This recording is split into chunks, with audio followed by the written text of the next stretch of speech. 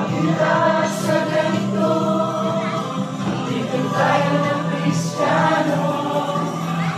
Pag-ibig na itinuro siyang dapat, isa puso.